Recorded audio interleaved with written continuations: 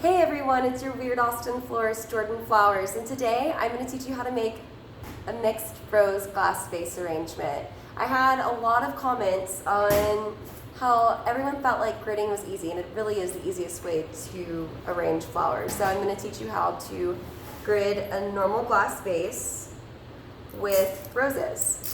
So first we're going to start out with your tape. And again, this is just normal tape that you could get in any floral supply store or Hobby Lobby.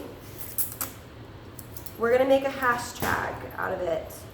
And when I say hashtag, you're going to grid it, and it's going to look like a hashtag.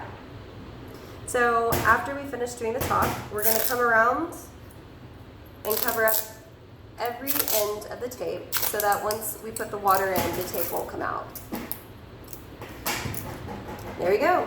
So now your base is taped and gridded, and we're going to put our water in.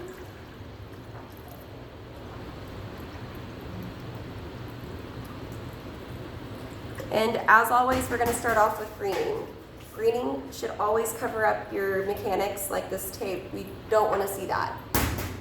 So we're going to take, I have lemon leaf that I'm going to use. It's also called salal.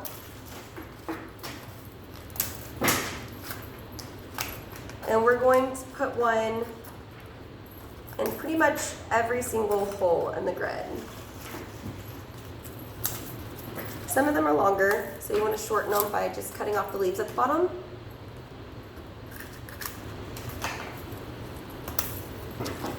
And again, doing that with every single grid hole so that at the end it'll look like a little arrangement and you won't be able to even see any of your tape or mechanics. We're going to turn it around. As you see, it's already starting to take form and have more of a natural element to it.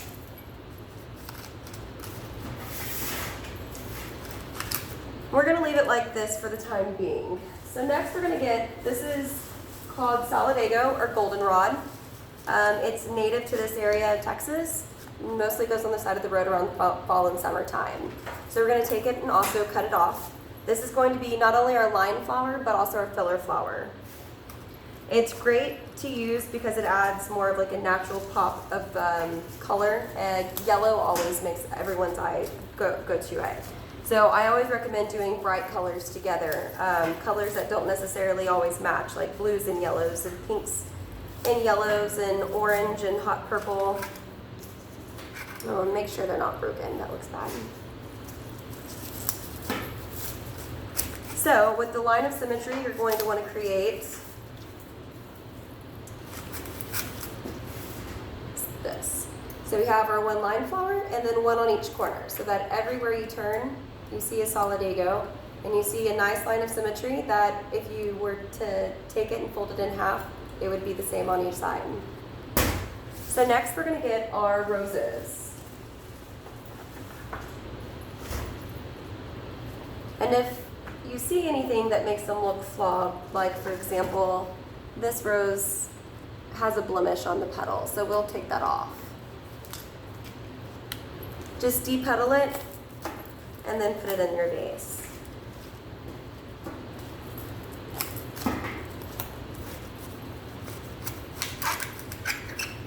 So I always like to start too with kind of the top flowers. And that way everything can go around them. So you'll find the prettiest, straightest rose, which I'm going to say is this one. Make sure it looks super nice. Take off the petals. Make sure you take off all of the thorns. They'll get stuck on the other flowers and they're kind of hard to mess with once they get to that point. And you're going to put it right in the middle. That will be the tallest point of our arrangement. And then everything will kind of just go from there. So again, you want to create that line of symmetry. So what we do on this side, we're going to do on the other side.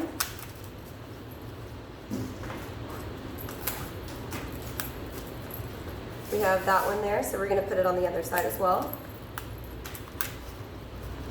It's important that whenever you're taking the petals off the roses to know that you don't take all of the petals off. The hard petals, they, I mean, whenever they open, they make such a big impact on the whole flower together. So although they may look like they have a rough leaf or hard petal, they look nicer whenever they open up if you keep those.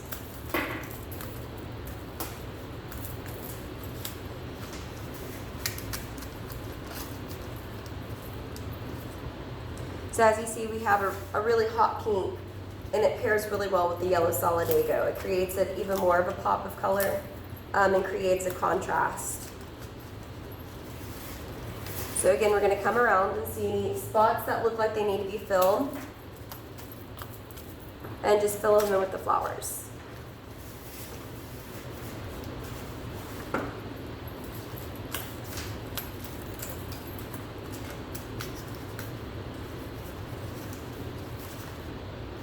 I think the most important part of arranging that you must not forget is that the stems need to touch the bottom of the vase. They have to have water. So if you're cutting them too short and sitting them on top and then pulling them up, they're not going to be getting the water that you need. So it's better for them to be longer and touching the bottom of the vase than for them to be too short and not even touching the water.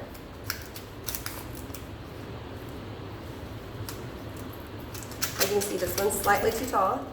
So we're going to pull it back out, cut it slightly, and then put it back in.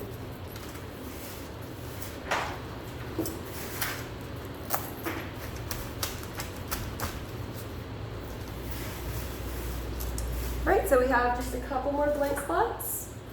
I'm going to put them in right here.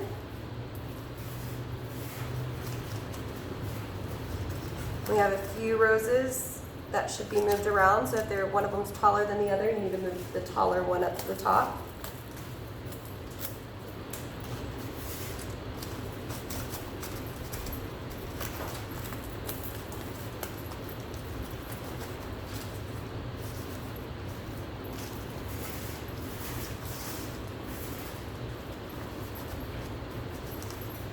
There we go, and then you just want to make sure everything kind of looks into place.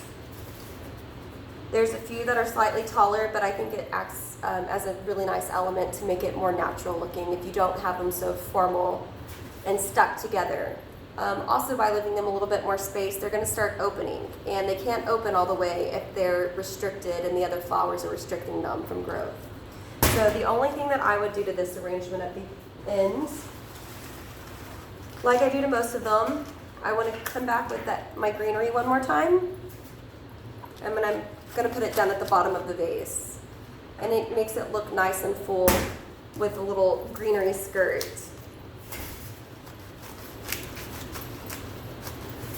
It'll also have a little bit of green leaves popping through. Let's see. So it'll give it again some more of that live natural elements to make it less formal. And there we go. We have our dozen roses arranged in just a 4-inch tall cylinder vase.